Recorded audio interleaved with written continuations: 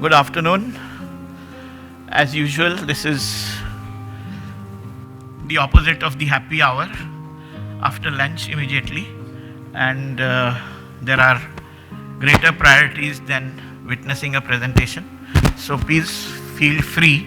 If you want to doze off a little bit, you won't miss very much, because what I have here is a lot of what you already know and a lot of what is going to be said in this conference after me.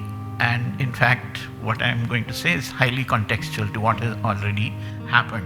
So actually this presentation of mine, it is bracketed between two very, very explosive panel discussions. One which we have already had, which was about the suitability of architects in residential design, and one which is going to follow immediately after this, which is about whether architects create pollution in the city.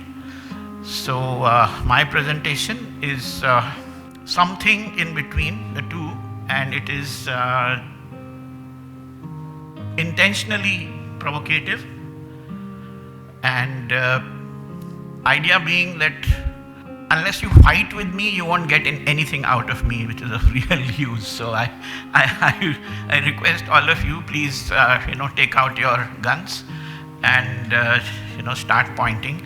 Many things I will say you will very hotly disagree with. So that would actually be the fun part of it. I don't know if you'll have much time for interaction, but nonetheless. So first of all, I would like to say a big thank you to SmartX for having me here. And more than that, I would also congratulate SmartX for starting this event, which I believe this is the first one. More importantly, I would congratulate them for populating the event with something very, very interesting, and getting on board people who are willing to talk about subjects which are actually not very welcome in the architecture fraternity. I would say that there is a lot of intolerance for the topics that you have chosen, and you are being really outspoken by saying things like architects may be unsuitable for residential architecture, or saying that architects maybe they cause pollution, and so on. So these are things which in our fraternity we don't like to hear. Generally we believe that we are pure as driven snow, we do no harm to anyone, and we are all highly sustainable. Public, of course, we go back home to our offices and so on, and then there we can cry on each other's shoulder. But out in public, we are all, everything is above board, everything is hunky-dory. So yes, so there it is on the screen, the title. So the title is Learning to Unbuild Towards a Smarter Use of Building Resources. Now let me just explain quickly what is this learning to unbuild. You'll understand it by comparing it learning to build. Learning to build, of course, we all know. It's something we learn in all our architecture schools, all in our engineering schools, and sometimes it's not even from the schools. We just kind of learn to build anyway. So this eat, gara, and what have you, lanter, for example, are things which we learn, without any difficulty at all, and we understand these things. Now, learning to unbuild is about the opposite of that. That how do we do this work we do without all this eat, gara, and lanter, and etc. So it's about something which this journal stands for, Building Materials Reporter, and it is actually a very, very important subject which is not really discussed in architecture. It's about the materials we use, how we use them, and how much of them we use, and what is the impact of manufacturing them and using them. This is a list of what I'm going to talk about. It's generally divided into two parts. One is the reality check, and the other one is the way forward. All my thoughts, nothing authenticated, just what comes out of my heart. So to begin with, the reality check is about what is this work we do. We have started off discussing that in the morning. And the big question, this architecture, whatever it is, does it need architects? And what are our societal responsibilities? What society first, when they thought that they will make an architect-like person, what was our expectation, and are we sticking to them? And what is the reality today? What are we doing or not doing? The second part is about where do we go from here? What are we missing? There are certain ideologies. Ideology is something very important in this profession for some reason. I don't know if it exists in other professions, but in architecture, whether you know how to make a building or not, it's not important, but you definitely have an ideology. And so I just want to change that tone from ideology to technology. And what are we looking for? So yes, we are all, including everyone present here, me, you, all the companies which are showcasing here, the sponsors of this conference, everyone, we are all looking towards a brighter ecosystem for building, knowing that yes, we will always be building. How to build better, that's our sole purpose of whatever we are talking here. And then finally, we're talking about how to get more from less. So you want to get more lumens from less watts. So that's basically the purpose. The reality check, what is this architect and what is architecture? So I'm not really going to tell you anything new here. You probably thought about this many times when you wake up at 2 o'clock at night and you wonder how the salaries are going to be paid the next day. This is something you must be thinking about. So here we are. Every person is an architect because we are all beings of nature. Nature has wired into us to be an architect, to build for ourselves, to build our shelters. And two very interesting examples here. You can see that in their outward shape they resemble each other quite a lot, but actually, they are very, very different. One is hanging from a tree and the other is sprouting from the ground. So one is a weaver bird's nest, and that's made out of twigs, which the weaver bird has collected from I don't know how many meters or maybe even kilometers away. It's picking up these twigs and bringing the just right twigs here, of the just the right weight, just the right length, just the right little bend in the middle so that it can be woven easily into that nest. And on the other hand, you have the termites mound, which is built out of something which was there on that site all along, and it's just been dug up from the ground and it's been given a shape and made into something which is highly livable. So here we are, every person who imagines and innovates shelters for others. Now this is the societal definition. So everyone is an architect for themselves, but when you do it for others, then you are called an architect. And consequently, every object imagined by an architect, so does that become architecture? So here are some of the most celebrated buildings of our time. You can recognize all of them. One is in China, one in Dubai, one in Australia, one in Spain. So what is this? Is it sculpture, actually? Or is it architecture? Or is architecture sculpture? Or vice versa? This is a question we always ask, but we never answer because we love that enigma. We love that mysteriousness about it. We do not want ourselves to be slotted and branded. We do not want ourselves to be understood very clearly by people. We just want to remain on the fringes of their understanding. So is it an art? Is it a science? So I dare to define it here at the bottom. It's the science of the art of habitable sculpture. Okay? So please, you can make a note of this. You can quote it whenever you are making your next presentation. I'd love that. So this is what the law says. We have a law about architects, and this is what the law says. And it says that yes, you can be an architect and you can do architecture, but that doesn't mean that anybody else cannot, and I support that law. Everyone should be able to do their own architecture if they want to. Okay? It's only when you're doing architecture for someone else and you would want to meet certain, demands of technical competency, of efficiency, of safety, and so on. Yes, then you better be a proper architect. So this is the situation we are in today. And this is what our council has to say. Even they are not able to pinpoint what is really architecture, and they are also saying that, yes, it is there, but it's beyond, the term architect. So architecture is beyond the term architect. God knows what it means. I hope you will be able to understand it. So, and here is what one of our famous architects of this city has to say.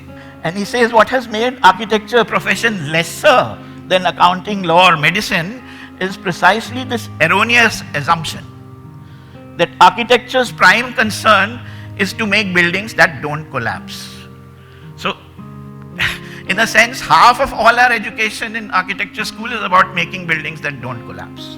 So if it doesn't fall, it is architecture, maan lenge, okay, that's what we have been assuming, and Gautam Bhatia says that is the problem.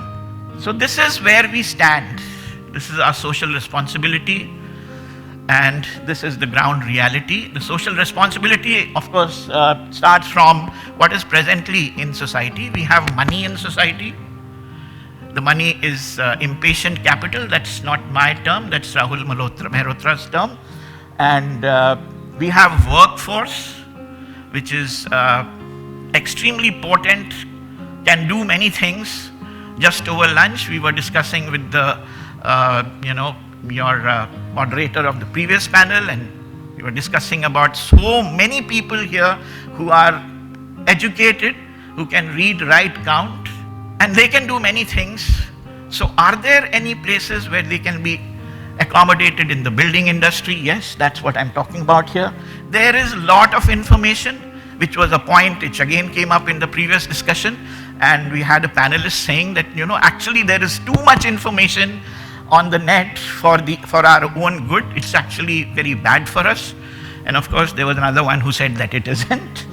There is new technology, a lot of new things to be learned, a lot of new ways to do our work, and a lot of new works to be done because the technology has come in. There is better mobility, there is better health, and in general, everybody is having a good time. Of course, this generally everybody having a good time means a lot of things. So it means we have good time for everything. And we have good time even for procreation. So yes, there were times when, this whole idea of, how to get to produce babies was not such an easy thing because your houses were small and you did not always have a room to yourself. And when you got into the mood, some special arrangements and adjustments had to be done. But now you have Oyo rooms. So I'm told that beyond these travelers who travel intercity and find themselves stranded for having missed a flight or something and want to just bunk up for the night, Oyo rooms is very popular among ordinary residents of the ilaka who just want to have a nice private night once a week. This is the reality.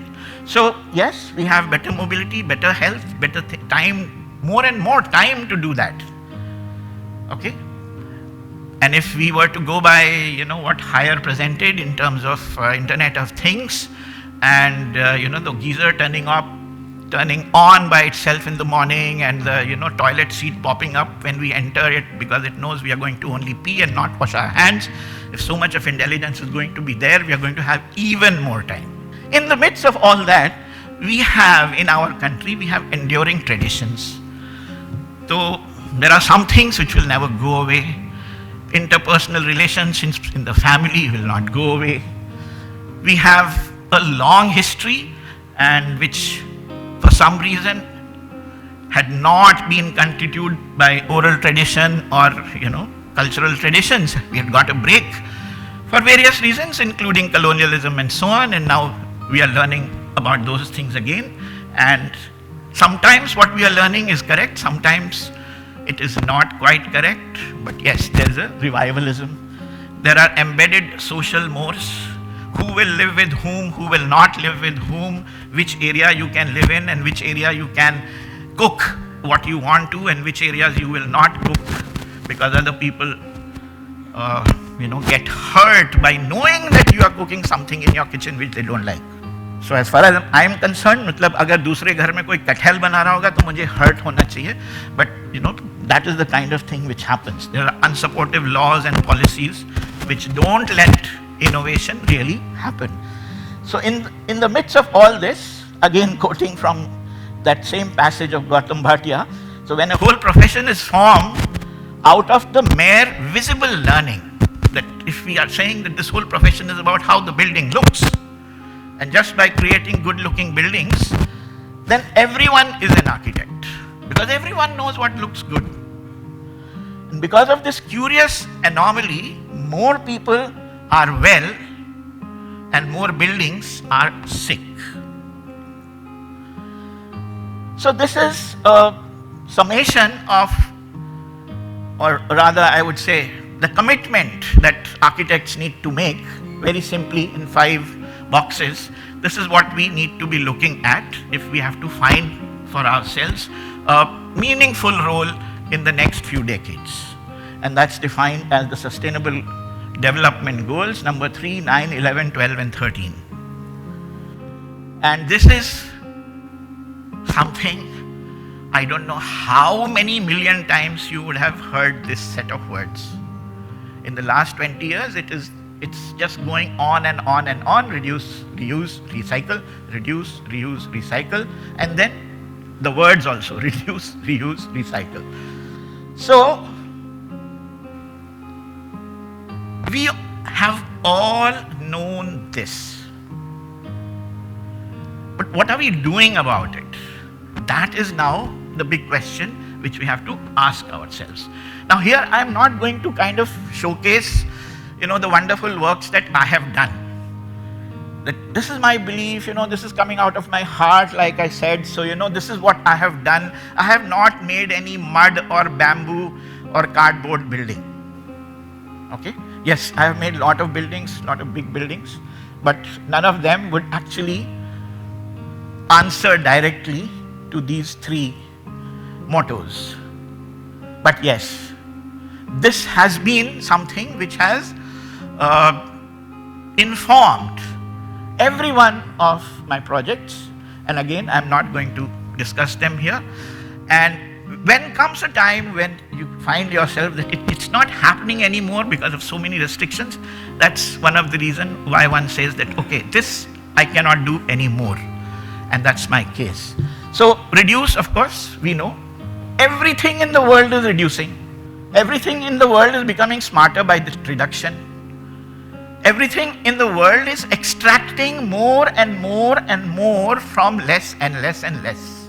So we must ask this question to ourselves. Why is it not happening in buildings? Why is it that we still are sitting in a hall like this, which is completely static, completely unintelligent, okay, with so many empty chairs, but no, we cannot move the walls to reduce its volume so that the air conditioning could become less. No, this is 2023, but here we are in this environment. And why is this? Because architects are not thinking like that. If the architects were to think like that, then surely they can inform their clients about what is to be done and how. Again, something which I think I heard Ashish Varshney say in the morning. The fact is that this is there all around us, but we treat this as a novelty. It's in the, you can say the most subsistence level. It's happening in the slum of Dharvi. It's happening in these homes. Now each of these is a very, very tiny home. There's one below the other. The one on top is of course the rental home, because it fetches income for the one which is living on the ground level. It has a ladder, not a staircase. Is there any problem with a ladder? Why should we always have a staircase? We don't think like that. Somebody has told us that if you build 2 floors, there has to be a staircase. It cannot be a ladder. Yes, we've started to believe that. And then somebody has told us, that this pressure cooker and this TV and lying on the ground, all of it cannot happen in the same place. We've been told that. But here it is. It's happening in the same place. And just if you look at it, there is no shortage of affluence. Even if you have less space doesn't mean that, in any way you are poor. And then we have the richest of the rich nations, Japan. The only thing which they don't have, they have everything in the world. The only thing they don't have is land. And this is what they are doing. They have miniaturized this whole concept of staying in a room. The Oyo room in this case is a dabba. Okay, you just get into that dabba, you sleep, everything is at arm's reach. You don't have to really move around. Yes. If you really don't want to move around, you'll also need a diaper, but otherwise you just have to get out of the dabba, go to the toilet, come back, and you're done. Okay, that's all you need to move for. Nothing else is required. The same posture you can see, the same gadgets you can see in the same space. What is the highlight here is that the space really required for human beings to subsist can be miniaturized like this. And we'll have much, much more of built space to accommodate many more people. These are things which are happening here in our country, in the so-called urban area, the traditionally built spaces. So we have this 6 square yard house, which was the talk of the town a couple of years ago. So on that, a big proper house has been made, and it's got 3 bedrooms and toilets and a kitchen and just about everything, and a staircase too. And on the other hand, we have an auto rickshaw. So that auto rickshaw has an office, it has a living space, and nobody needs to come to this guy's office because this guy just drives to wherever he needs to go. Okay, so that is the kind of conceptual thinking which shows us that it's not impossible, it's being done. We just need the will to go out and do it differently. So that was one minimization, which was of size. Size, basically we are talking about doing less, build less. So whatever our requirements, we can build with less. This is the second thing we can do, is to minimize new extraction. So everything that the building industry uses comes out of the earth. We still have not sourced anything from the moon or from Mars or from anywhere outside the earth. So if everything is to come from inside the earth, then earth is finite, we know that, yes. There are billions of years to go, but someday we would have extracted everything. And we don't know. Agar hum tel nikalते गए, तो हाँ, one thing is that the tail will finish. The other thing we don't know is that there might be so many hollows in the earth that the whole earth might collapse, it might implode. It's a possibility. So much we are extracting. And every time we extract something, we cause harm. So when we extract stone, and of course now extraction of stone in some countries is just going through the roof. Fortunately, in India, we are realizing कि हाँ, अब मकराना में marble नहीं है, खत्म हो गया, तो वो mine बंद हो गई. Okay, but in Italy, they are just finding new and new mines because they have got a huge export market in India, and they are sending a whole lot of their stone over to us, and they are making their country follow. Stupid people. So here we are extracting more and more from the earth, and we are not giving back anything to take its place. All right? So if we have extracted something from the earth, then how can we leverage its properties to the maximum? That is also something we are not doing, something which we can do and we must learn to do. So our basic funda is that, okay, if you want to use stone, then, first of all, let's extract a huge chunk of stone. Kaisa bhi nikal jaye. And then we will slice it, cut it, carve it, and create so much of the stone as waste, and we'll say, waste ho gaya. We don't bother. So when you say that, okay, there will be stonework involved in the building, so there's so much of stonework will be involved, and at the end of your rate analysis, you add 15% wastage, and we don't bother.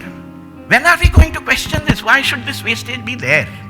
How close to zero can we bring it? Can we do our designs in such a way that we can use the materials exactly as they are extracted without having to cut and carve and chisel them into, some shapes which we have only learned because we know geometry. If we didn't know what was a cube, then every stone would be just fine. No? Why would we have to carve and chisel every stone to become a cuboid? This is the kind of thinking that we have to bring in.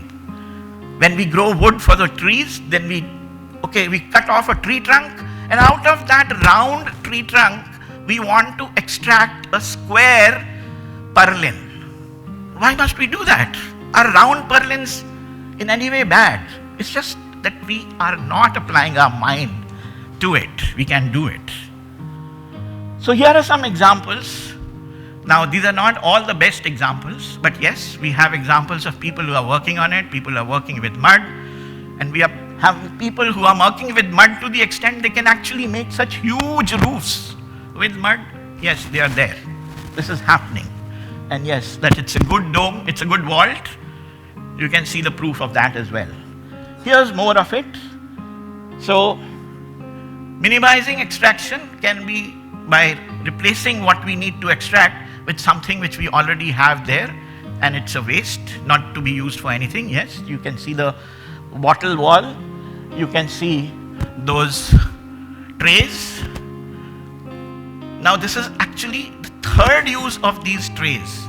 So they were leaves at one time, and then they were dried and stamped to make, trays for parties, and now those party trays, waste party trays, are being used for roof shingles.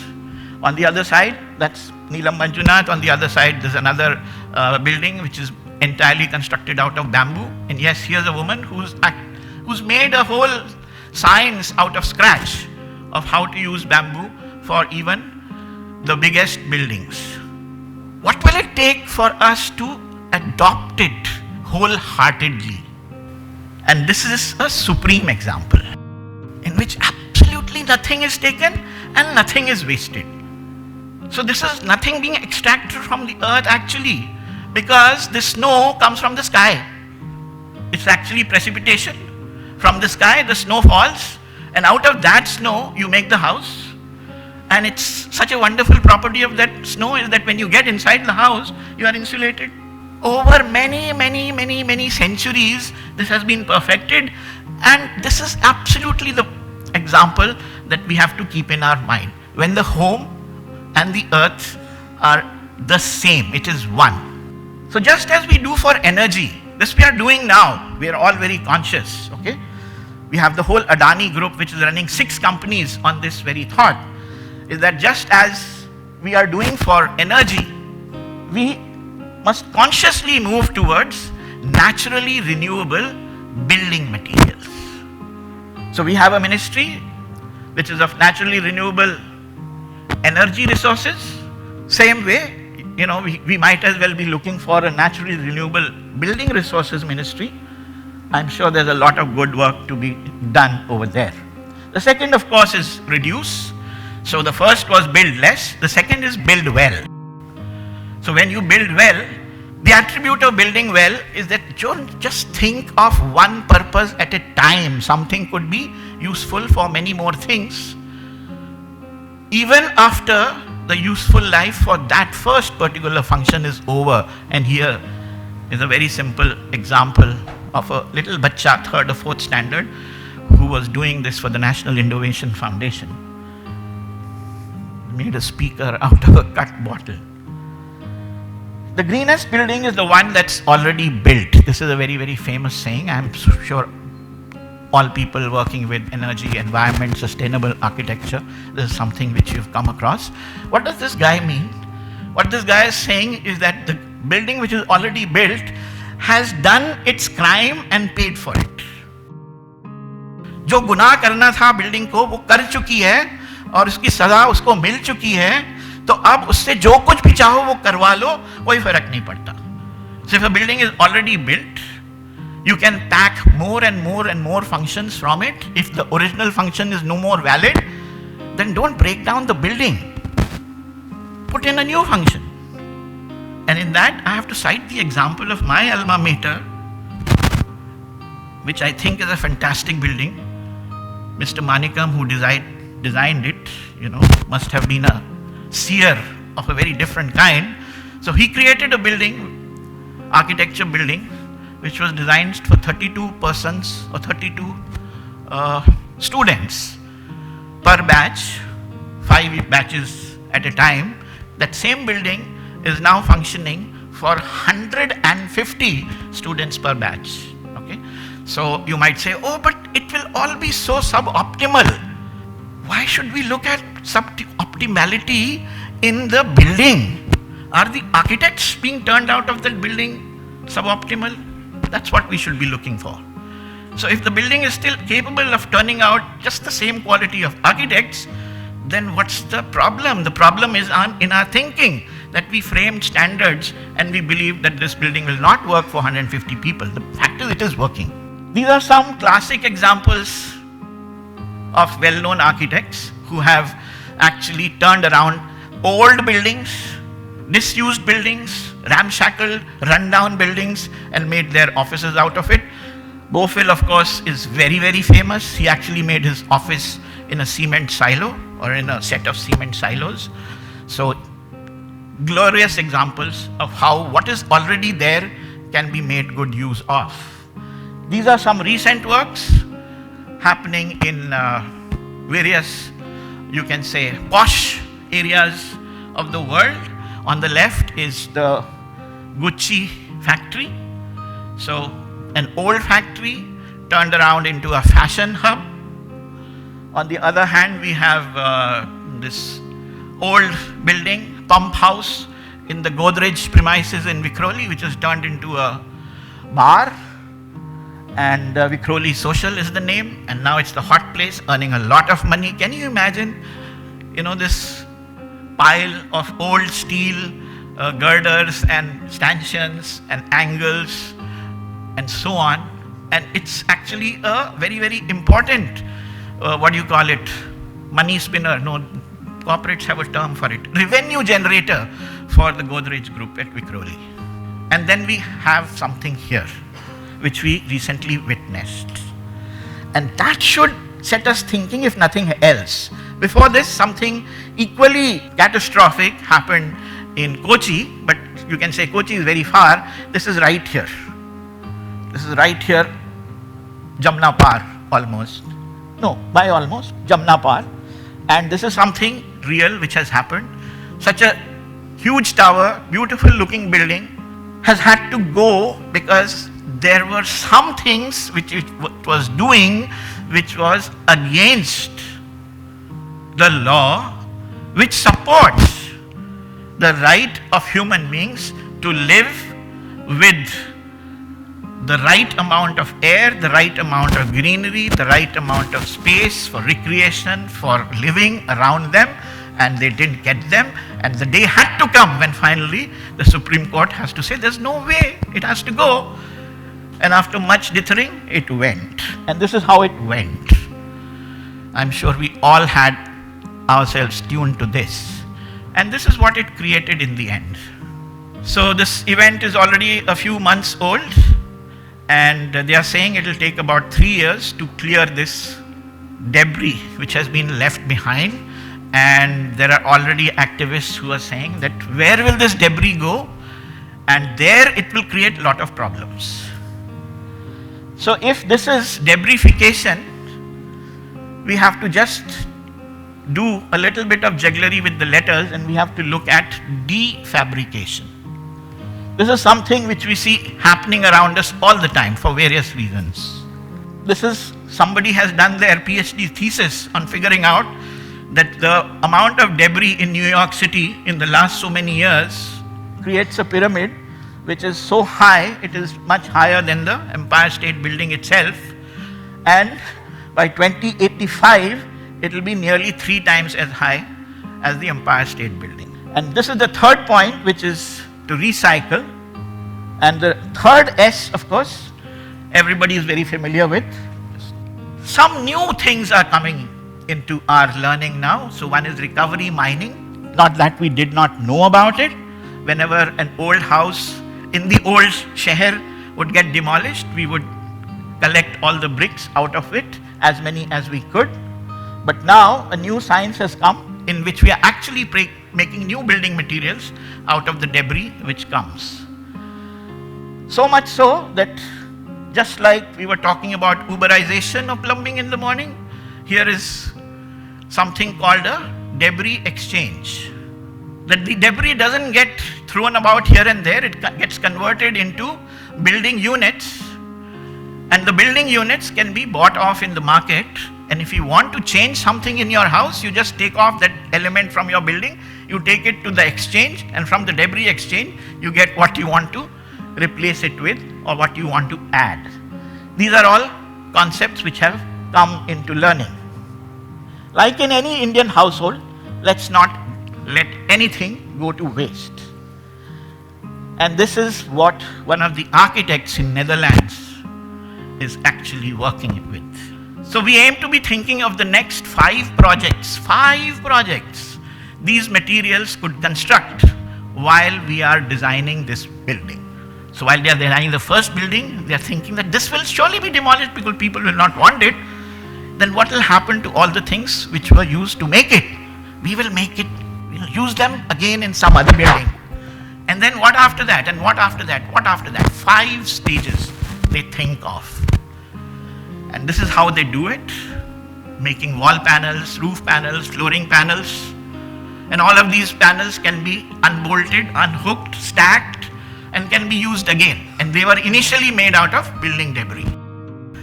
And this is another science which is designed for disassembly, which is of actually designing the building, not in this manner of eat gara, that you just join things by materials in such a way that when you have to take them out, something will get broken. You can also join them by methods by which you can unbolt them. And this is how this entire wooden building, it's a swimming stadium which has been made out of wood members. And anytime the government says, no, we take the lease of this land back, you have to remove the building, they can just unbolt this entire building part by part and build it elsewhere exactly the same. So these you could say were buildings not very common. This is a very common building, and it's an office building. Just a simple office building of a design which you would do anyway. There's nothing special in the way it looks, nothing special in the way it is planned. It's the same kind of open office plan that you'll find anywhere. But this is the science behind it. And the science behind it is that every single bolt which has gone into the assembly of this building has been documented, given a number, and everyone knows where it has gone. And if you have to take it down, you can take it down by catalog. Every part of this building can be taken down by catalog of a building which looks no different from any other building which we would otherwise design. And here we are. So, yes, it's a curiosity, you can laugh about it, but the fact of the matter is that अगर हम शहर में बैलगाड़ी की speed से ज़्यादा चल ही नहीं सकते, तो फिर इंटरनल कंबशन इंजन और 1500 cc का फायदा क्या है? It is not there. There is no use. So we can marry the most appropriate way of locomotion with the most appropriate back seat that is ever known, which is the back seat of the Ambassador car, right? So we can marry the back seat of the Ambassador car with the Bullock, and we have a perfectly sustainable way of transporting within the city. Thank you. SmartX.